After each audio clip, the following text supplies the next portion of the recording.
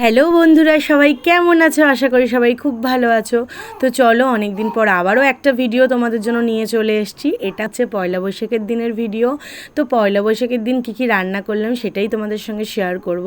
সকালবেলা আমি সেরকমভাবে কোনো টিফিনই করিনি। বরমশাই নান আর ঘুগনি নিয়ে এসেছিলো, কারণ দুপুরে রান্নার অনেকটা চাপ ছিল। তাই ও বললো ঠিক আছে আমি টিফিন কিনে আনছি, আর বাচ্চাদের তো বাইরের খাবার দেওয়া হয় না। তো বাচ্চাদের যখন আমি রুটি করি না ঘরে বা অন্য কোনো টিফিন করি না, তখন কিন্তু ছাতুর শরবত করে দিই ওদের। সেদিনকে সেটাই দিয়েছিলাম। আর দেখো, বাজারে বরমশাই যখন মাছ আনতে গেছিলো, আমাদের যেই দোকানটা থেকে মাছ আসে সবসময়, সেই দোকানটা দিয়ে মিষ্টির প্যাকেট পাঠিয়েছিল।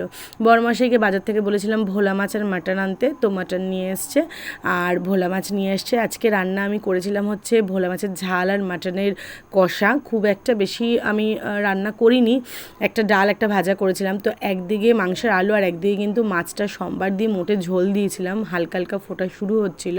তো আমার ভোলা মাছের ঝাল হওয়ার পর কিন্তু আমি আবার আরেকটা কড়াই ভেন্ডি ভাজা বসিয়ে দিলাম, আরেকটা কড়াইয়ে যেই কড়াই আলু ভেজেছি সেই বড় কড়াই কিন্তু বসিয়ে দিলাম আমি মাটনটা। আর মাটন যখন কষাচ্ছিলাম ভাবলাম তোমাদের জন্য একটু তুলি।